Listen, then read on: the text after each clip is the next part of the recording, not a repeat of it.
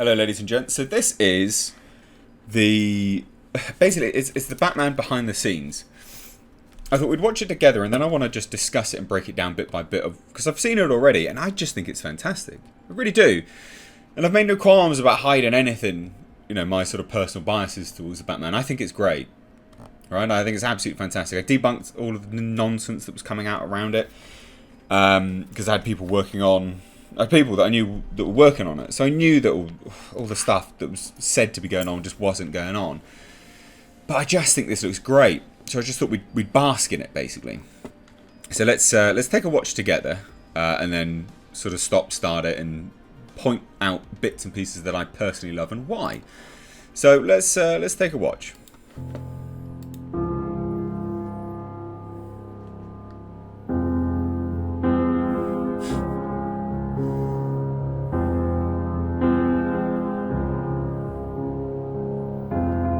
For some reason, Batman just always stood out. It's one of the major characters of the 20th century, and so many people connect to it on such a deep level and for so many different reasons. The first conversation I had with Matt about it, I just knew there was something radically different from anything we'd seen in Batman movies before.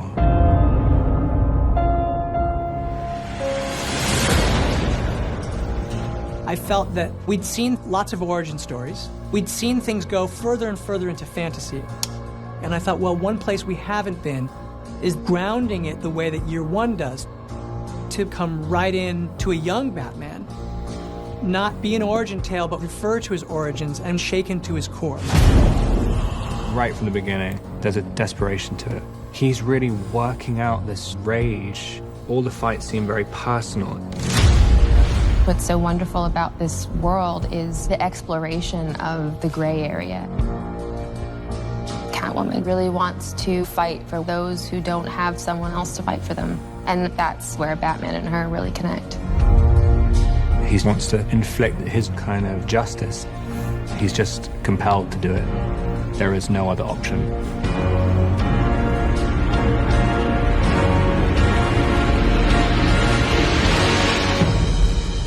Brutal. I love everything about this. So,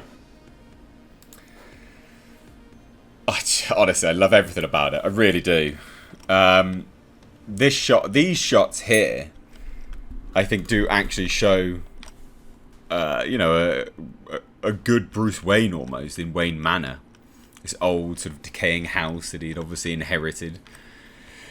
But there's also more than that. Running through it, like we see the cars later down the line. There's all these little bits and pieces that we hadn't quite seen yet about the Bruce Wayne character, which is very, very evident. Like, it's very clearly there. The suit, you can see it here as he's turning around. The suit just looks epic. It did before, it still does now. Got the utility belt. The fact that it's got a utility belt, that's awesome. You know, yeah, sure, like it's still pretty armored and things like that, but he's still got the utility belt. I think that's cool. Now this is the thing that I pointed out. Like this shot here, this film is so very well shot. Like, you know, this is just behind the scenes footage, but you can see it's well lit. Like, I think one of the major key points of what this film is going to do cinematography wise is just going to knock it out of the park.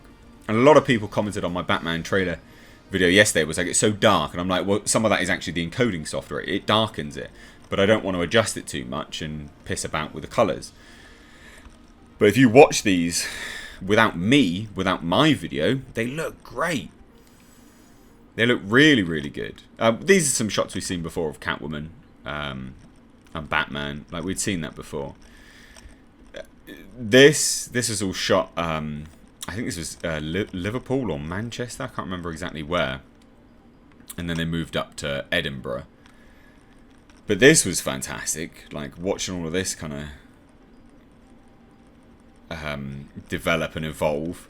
And again, this is all just behind the scenes stuff. But doesn't it look good? I just think it looks fucking fantastic. The sort of Joker gangs, interesting.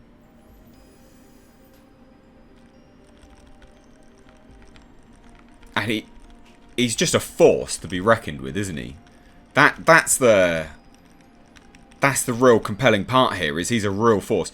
And the thing is, like, a lot of people ripped on Ben Affleck's Batman because he killed people, and I get that.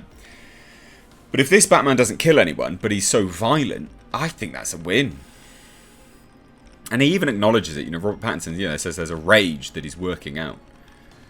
He's working through. And I'm fairly certain this was confirmed to be the parts of the gun that murdered his parents, if I remember rightly now. And I'm assuming the almost like a brass looking part and the chrome part may be the bullet casing. I don't know. I don't know enough about guns to really know that.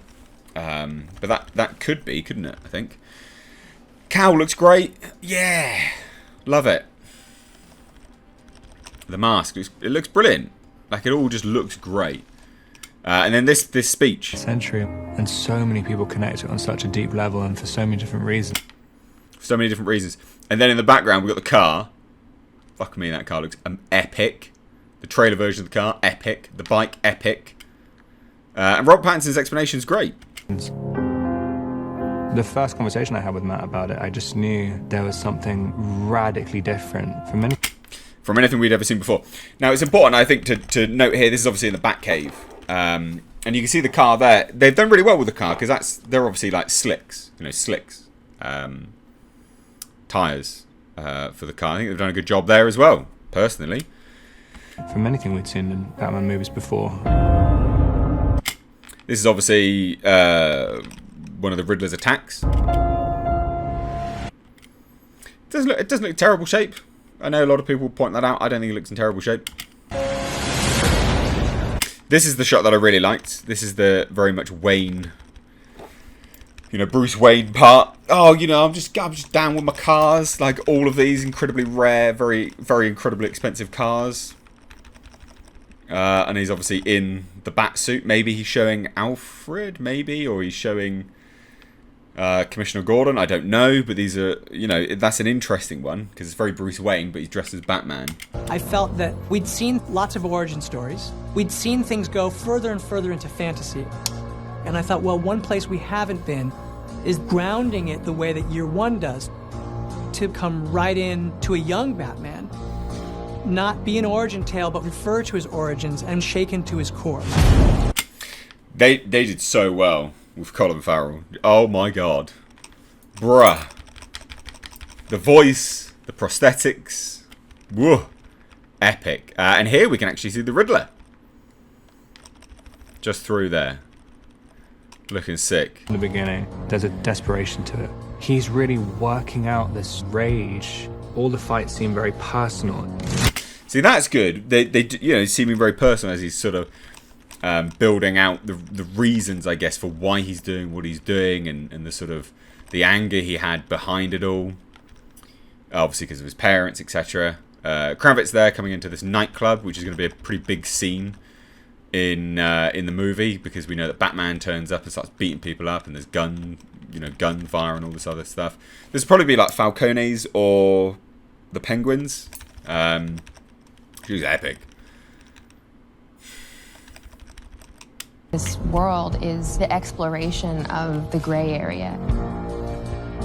Catwoman really wants to fight for those who don't have someone else to fight for them. And that's where Batman and her really connect. He wants to inflict his kind of justice. He's just compelled to do it. He's beating a thug up. He's beating someone up with a baseball bat. There's no other option. Who is that he throws against the wall? Is that just a petty criminal? No, this is gonna be Penguin.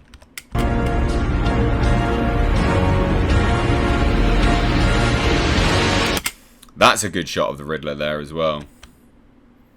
He's gonna blow everyone away as the Riddler. The music, everything, it just looks so good. I can't wait for this. Love it. Anyway, I'd love to hear your thoughts. Let me know down below. Cheers. Take care.